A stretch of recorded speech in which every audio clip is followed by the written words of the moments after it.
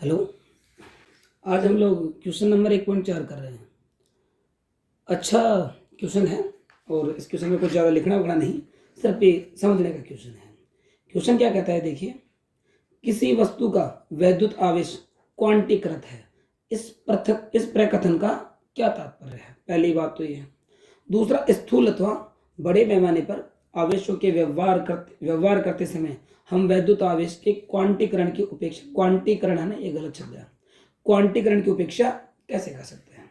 पहली बात देखिए कि किसी वस्तु का आवेश क्वांटीकृत राशि है। क्वांटीकृत का मतलब क्या है समझिए। एक शब्द होता है क्वांटा। देखिए फिजिक्स में दो तरह की राशियां हैं।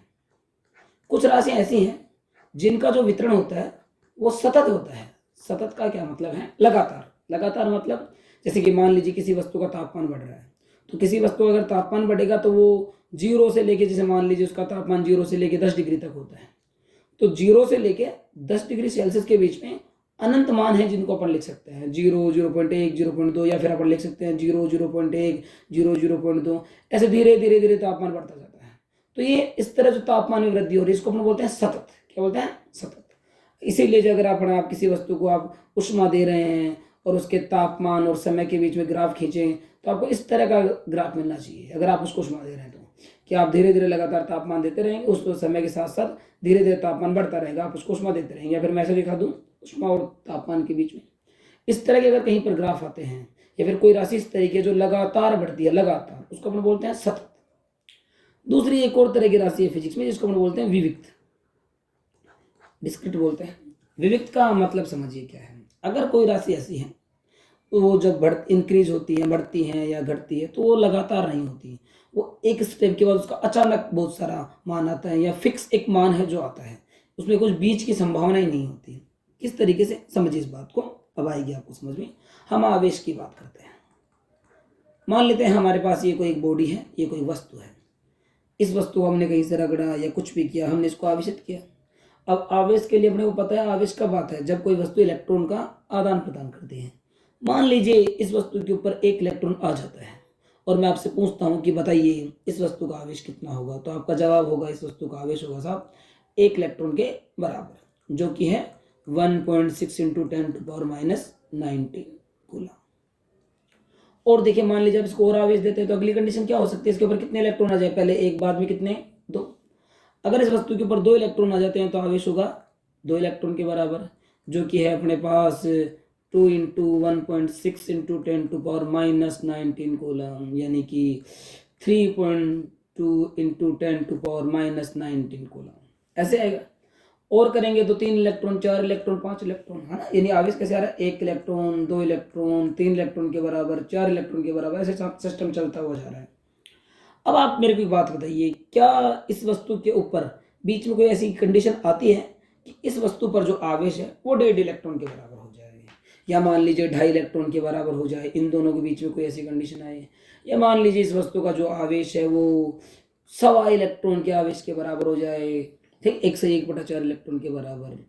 या फिर अपन ऐसा कहें कि क्या ऐसा हो सकता है कि वस्तु पर शुरू में आवेश था 1.6 गुना 10⁻⁻19 कूलम, क्या इस वस्तु के ऊपर इतना आवेश आ सकता है 1.7 गुना 10⁻⁻19 कूलम, या आ सकता है 1.8 गुना 10⁻⁻19 कूलम? क्या ये स्थितियां संभव हैं? तो जाहिर सी बात है आप लोगों का जवाब होगा ना। वो ना इसलिए कि वस्तु पर जब आवेश का आना है तो उसमें जरूरी जो रोल जो प्ले करता है वो इलेक्ट्रॉन करता है, और कम से कम 1 इलेक्ट्रॉन आता है और उसके बाद कितने इलेक्ट्रॉन आएंगे, 2 इलेक्ट्रॉन आएंगे। तो ये बीच वाली सिचुएशन नहीं हो सकती, क्योंकि 1 से 1/2 या 1.5 इलेक्ट्रॉन के बराबर आवेश आने के लिए जरूरी है कि 1 इलेक्ट्रॉन पूरा आए और 1 इलेक्ट्रॉन आधा आए। और यही समस्या है, हमें पता है इलेक्ट्रॉन आधा नहीं आता, कम से कम 1 इलेक्ट्रॉन चलकर जाता है। तो उसके बाद में क्या, तो 1 इलेक्ट्रॉन आएगा, क्या 2, क्या 3, क्या 4, क्या 5, बीच वाली कंडीशन नहीं आएंगी। तो हम कह सकते हैं कि किसी भी वस्तु के ऊपर जो आवेश होगा, अगर हम वस्तु के आवेश को क्यों से दिखाते हैं, किसी वस्तु पर जो आवेश होगा वो इसी क्रम में आएगा, 1 electron, 2 electron, 3 electron, 4 electron, 5 electron. अगर कोई वस्तु n इलेक्ट्रॉन का स्थानांतरण कर ले तो उसके ऊपर आवेश होगा n इलेक्ट्रॉन के बराबर। यानी हम कह सकते हैं किसी वस्तु पर उपस्थित आवेश इलेक्ट्रॉन के आवेश के पूर्ण गुणज के बराबर होता है। यानी यहाँ जो n का जो मान अपने पास है, यहाँ जो n का मान हमारे पास है वो कितना है, 1 2 3। यही है आवेश का क्वांटीकरण, कि किसी वस्तु पर उपस्थित आवेश इलेक्ट्रॉन के आवेश के पूर्ण गुणज के बराबर होती है। पूर्ण गुणज का मतलब पूरी संख्या, 1 इलेक्ट्रॉन के बराबर, 2 के बराबर, 3 के बराबर, 4 के बराबर। ठीक है। इसमें एक और बात है जो आप लोगों को समझनी चाहिए, वो ये है कि अगर वस्तु के ऊपर जो आवेश है, जो एक जो न्यूनतम मान है आवेश का, जो स्थानांतरित होता है, जो एक जगह से चल के दूसरी जगह पर जाता है, उसको बोलते हैं क्वांटा। किसी भी राशि का वह न्यूनतम मान जिसका स्थानांतरण होता है वो क्या कहलाता है, क्वांटा। तो क्वांटा जो शब्द है इसका मतलब क्या है, न्यूनतम मान। कौन सा न्यूनतम मान, जो स्थानांतरण होता है, स्थानांतरण होता है। इसमें एक ध्यान देने की बात है, आप ये ना समझें कि क्वांटा क्या है, न्यूनतम मान।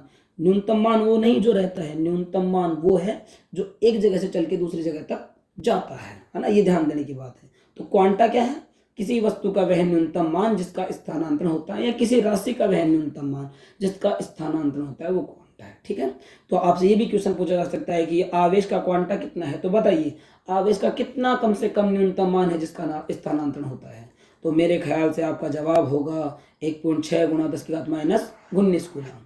तो ये आवेश का क्वांटा भी कहलाता है।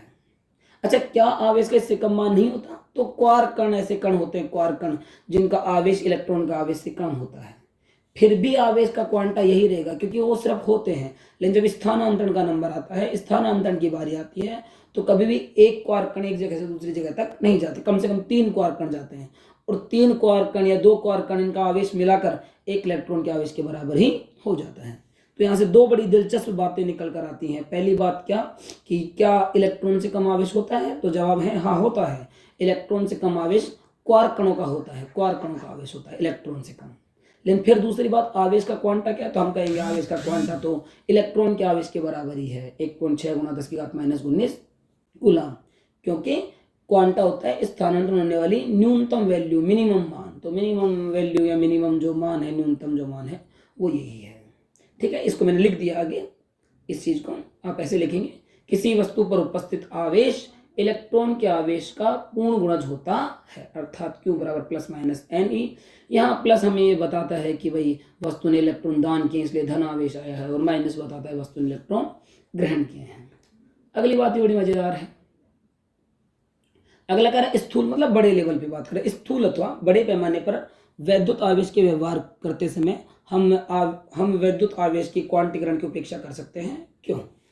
ये पहली बात, इस बात को समझिए, कहना क्या चाहता है। ये कहता है कि आपने थोड़ी देर पहले बताया कि आवेश जो है वो कैसी राशि है, क्वांटीकृत राशि है। ये टुकड़ों में आती है, ये स्टेप बाय स्टेप आती है, ये लगातार नहीं बढ़ती। इसका फिक्स एक मान है कि 1.6 × 10⁻⁻19, उसके बाद डायरेक्ट 3.2 × 10⁻⁻19, 2 इलेक्ट्रॉन के बराबर हो गए, वही आएगा, और बीच की वैल्यू नहीं आएगी। ये लगातार नहीं होती, मतलब, है ना। और अब आगे ये हमसे कह रहा है कि जब आप बड़े लेवल पे बात करते हो, आप लोगों ने वैसा पढ़ा होगा थ्योरी में कि सतत आवेश वितरण, एक टॉपिक है किताब में, सतत आवेश वितरण, कंटिन्यूस चार्ज डिस्ट्रीब्यूशन। फिर हम क्यों पढ़ते हैं जब आवेश सतत होता ही नहीं? तो इसका एक छोटा सा जवाब है। इस चीज को देखिए आप एक बार, मान लीजिए कोई तार है और इस तार पर बहुत कम आवेश है, इस तरीके से, तो आवेशों के मध्य प्रतिकर्षण होता है और ये आवेश कुछ इस तरीके से रहेगा। और आप चलोगे तो आवेश लगातार नहीं है, यहाँ है, फिर नहीं है, फिर है, फिर नहीं है। तो ये इस तरह का जो वितरण है, इसी को हम लोग विविक्त वितरण बोलते हैं, है ना, या इसी को हम विविक्त या क्वांटीकृत वितरण बोलते हैं। सही है। अब आप देखिए, मान लीजिए तार यही है और अब आवेश की मात्रा ज्यादा हो जाती है। अब आवेश अगर बहुत ज्यादा है तो इस तार पर कुछ इस तरीके से होगा। अब ये कुछ इस तरीके से होगा। अब आपसे मैं वही बात पूछता हूँ कि अब बताइए इस आवेश को देखकर, अब आपको इसका वितरण कैसा लग रहा है, सतत या विविक्त? ये लगातार है या नहीं है? जब इसी चीज को हम यहाँ देखते हैं तो ये लगातार नहीं है, आवेश है, फिर नहीं है नहीं है नहीं है, इस तरीके से। लेकिन जब यहाँ हम देखते हैं तो आवेश लगातार है। इसका मतलब जब आवेश कहीं पर बहुत ज्यादा हो, आवेश का मान कहीं पर बहुत ज्यादा हो, तो हम आवेश का वितरण सतत आवेश वितरण मान सकते हैं, क्वांटीकरण की हम उपेक्षा कर सकते हैं। रीजन क्या है कि ज्यादा आवेश होने के कारण आवेश पास पास आ जाता है, बहुत पास पास आ जाता है। ठीक है, इसलिए बड़े लेवल पर जब हम लोग बात करते हैं तो आवेश बहुत पास पास होते हैं एक दूसरे के, इसलिए हम इस वितरण को सतत आवेश वितरण मान सकते हैं। हाँ, इसी को अगर आप सूक्ष्म रूप से देखोगे, बहुत ज्यादा इसको माइक्रोस्कोप से देखते हो या बहुत छोटे लेवल पे इसकी बात करते हो, आपको फिर दूर दूर ही दिखेगा। लेकिन जब आप बड़े लेवल पे बात करो तो आपको लगेगा आवेश लगातार बटा हुआ है। मैंने ये बात भी लिख दी है। वर्ग पैमाने पर अर्थात बड़ी मात्रा में आवेश बहुत पास पास होता है, जिससे आवेश का वितरण सतत माना जा सकता है और आवेश के क्वांटीकरण की उपेक्षा की जा सकती है। आई होप आपको वीडियो पसंद आया होगा। चैनल को सब्सक्राइब कीजिए, लाइक कीजिए, शेयर कीजिए।